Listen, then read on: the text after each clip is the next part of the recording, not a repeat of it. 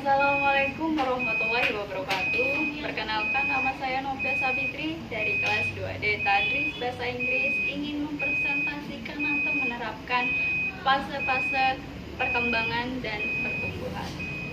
Yaitu, kalian tahu nggak apa itu pertumbuhan dan perkembangan? Saya beritahu ya. Pertumbuhan merupakan proses perubahan progresif ke arah kematangan atau pendewasaan yang bersifat kuantitatif. Sedangkan perkembangan merupakan perubahan progresif ke arah kematangan atau kedewasaan yang mempunyai sifat kualitatif. Dan pembawaan di dalam lingkungan dalam proses perkembangan yaitu ada 3. Yang pertama, nativisme adalah perubahan sejak lahir yang menekankan peranan bakat yang bersifat. Dan selanjutnya, prinsip-prinsip perkembangan. Yang pertama, learning contributes to development, yang belajar berkaitan dengan peningkatan pemahaman, yaitu misalkan siswa yang belajar dengan cara berhitung sederhana, membaca. Yang kedua, experience exchange development, yaitu pengalaman dapat memperkuat perkembangan, yang misalnya anak-anak yang melihat orang tuanya membaca koran atau apa, dia bisa mengingat atau menceritakannya kepada teman-temannya. Yang ketiga, yaitu social interaction is essential for development, yaitu interaksi sosial akan memberi kesempatan pada anak untuk belajar berbagi dan membandingkan pengetahuannya dengan teman-teman sekitarnya. Yang keempat, development strongly depends on language. Dalam hal ini, bahasa merupakan media berpikirnya yang berbagai ide atau pengalaman.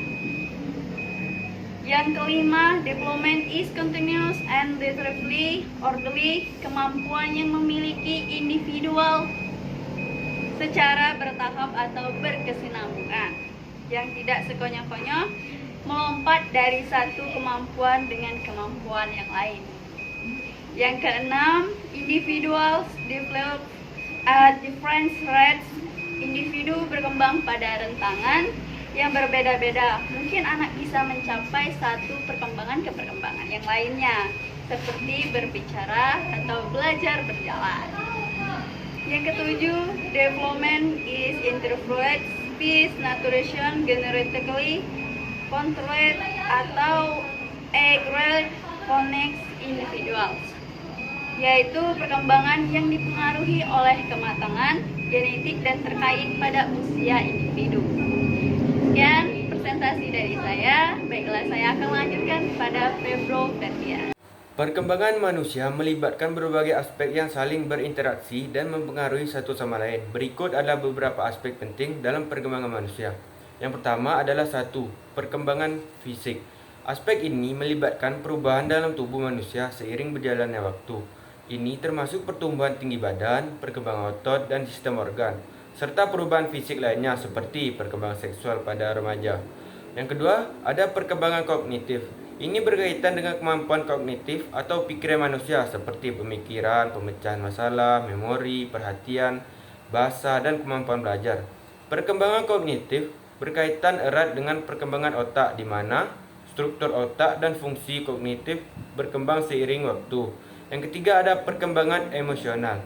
Ini melibatkan perubahan dalam pengalaman, pengungkapan, dan pengaturan emosi. Proses ini mencakup perkembangan keterampilan, mengenali dan mengelola emosi sendiri, memahami emosi orang lain, dan membangun hubungan emosional yang sehat. Yang keempat ada perkembangan sosial. Aspek ini melibatkan interaksi manusia dengan orang lain dan pembentukan hubungan sosial. Manusia belajar aturan nilai dan norma sosial yang berlaku dalam masyarakat dan memperoleh keterampilan sosial untuk berinteraksi secara efektif dengan orang lain.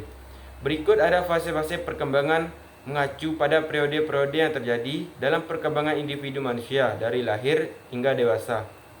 Terdapat beberapa teori yang mengidentifikasikan fase-fase perkembangan yang berbeda, namun yang paling terkenal adalah teori perkembangan kognitif oleh John Piaget dan teori perkembangan psikososial oleh Erik Erikson. Berikut adalah penjelasan umum tentang fase-fase perkembangan dan tugas-tugas yang terkait dengan masing-masing fase. Yang pertama ada fase bayi. Masa bayi dimulai dari lahir hingga sekitar usia 2 tahun. Tugas perkembangan utama pada fase ini adalah pengembangan dasar-dasar motorik. Yang kedua ada fase kanak-kanak awal.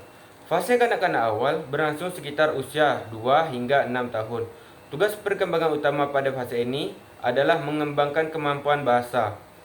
Yang ketiga ada fase kanak-kanak pertengahan. Fase kanak-kanak pertengahan terjadi sekitar usia 6 hingga 12 tahun.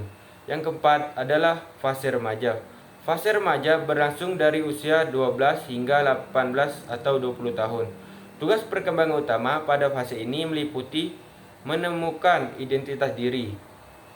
Yang kelima ada fase dewasa awal. Fase dewasa awal biasanya terjadi antara usia 18 hingga 40 atau 45 tahun. Tugas perkembangan utama pada fase ini termasuk menetapkan diri secara mandiri.